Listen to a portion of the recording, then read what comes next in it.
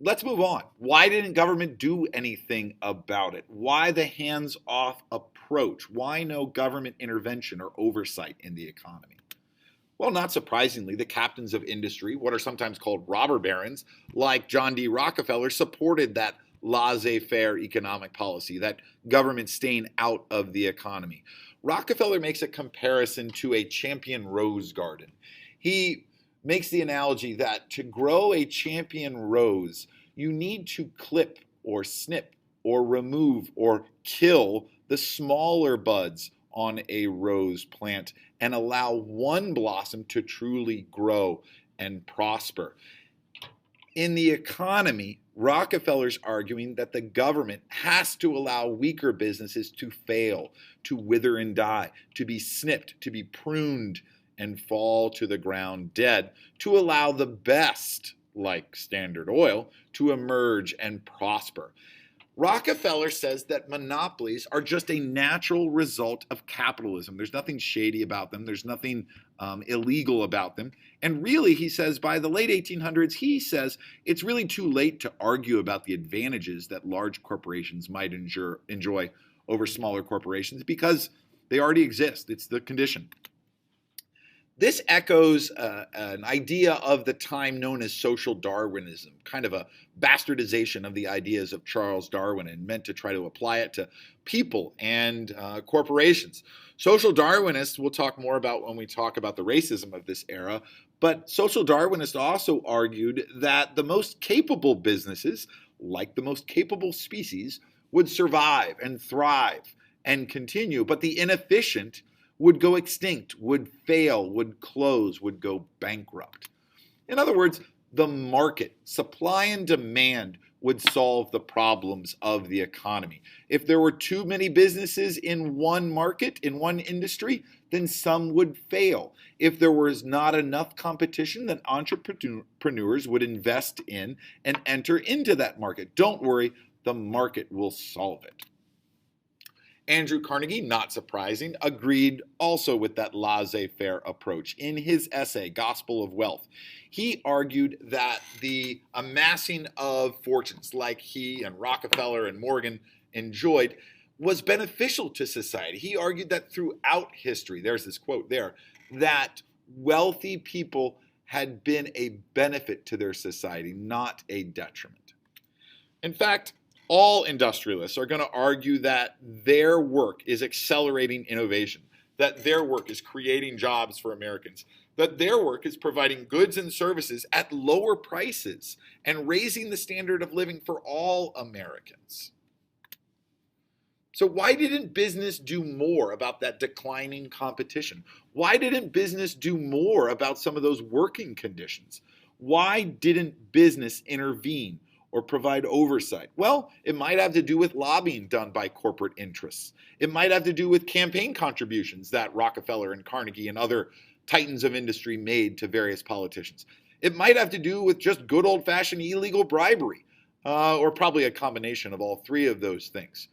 But people in Congress also believed that the market would solve the inefficiencies in the economy, that government intervention maybe wasn't really needed.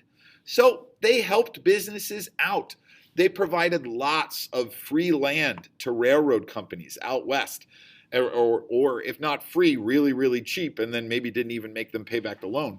They provided timber and land with minerals on it to other companies for very cheap prices. Through this time period of the late 1800s, post the Civil War, the Republican Party becomes firmly aligned with pro-business policies, starting with the tariff. As early as the Civil War, the Republican-controlled Congress passed the moral tariff, which doubled the rate of taxes on imported goods.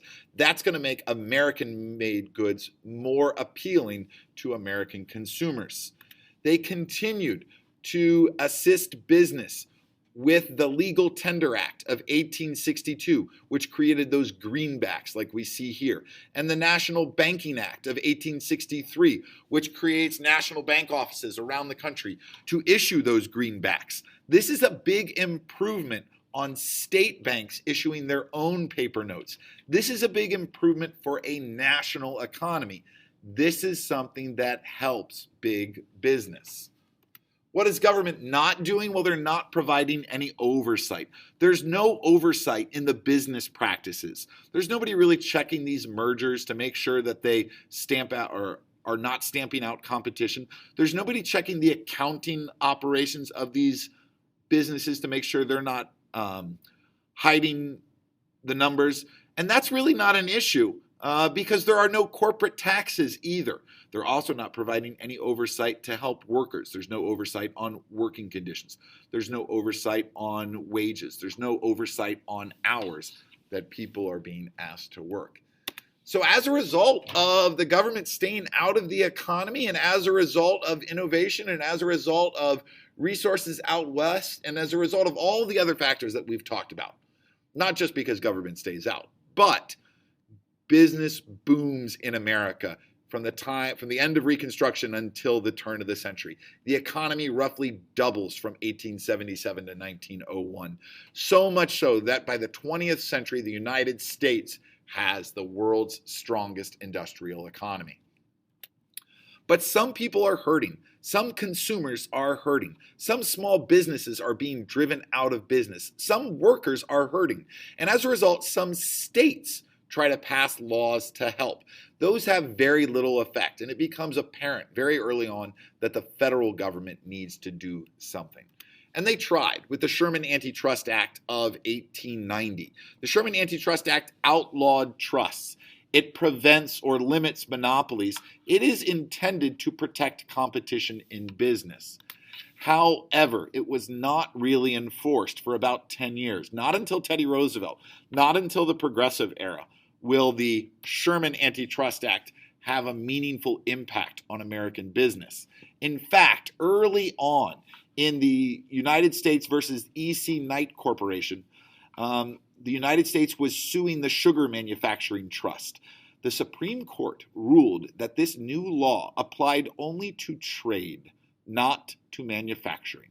Now, what the difference between trade and manufacturing is, I really couldn't tell you because I would have assumed that they were related. But the Supreme Court said no, and as a result, there's very little done about the lack of competition up until about 1900.